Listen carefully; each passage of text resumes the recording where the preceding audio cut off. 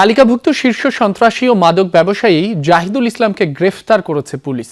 এ সময় এক বিদেশি পিস্তল, ৩ রাউন্ড গুলি, একটি ম্যাগাজিন, ইয়াবা ও প্রায় ৭০,০০০ নগদ অর্থ জব্দ করা হয়। বৃহস্পতিবার বিকেলে ডিএমপি মিডিয়া সেন্টারে এক ব্রিফিংয়ে এসব তথ্য জানান পুলিশের অতিরিক্ত কমিশনার এস.এন. মোহাম্মদ নজরুল ইসলাম। জানান, আইনশৃঙ্খলা বাহিনীর সদস্যরা দীর্ঘদিন ধরে তাকে গ্রেফতারের চেষ্টা করছিল। কারওয়ান বাজারে বিএনপি নেতা মুসাব্বির হত্যাকাণ্ডের সাথেও তার সংশ্লিষ্টতা পাওয়া গেছে। পুলিশ জানায়, জাহিদুলের বিরুদ্ধে অস্ত্র ও মাদকের মামলা রয়েছে। ব্রিফিংয়ে জানানো হয়, চলতি মাসে রাজধানীতে বিশেষ অভিযানে তালিকাভুক্ত ১৭৮ জন চাঁদাবাজকে গ্রেফতার করেছে পুলিশ।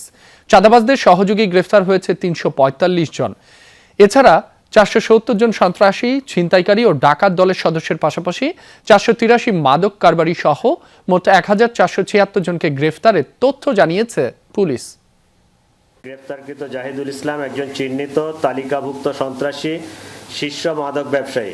হত্যাকাণ্ড সহ বিভিন্ন অপরাধমূলক কর্মকাণ্ডের সাথে তার সংশ্লিষ্টতার অভিযোগ রয়েছে।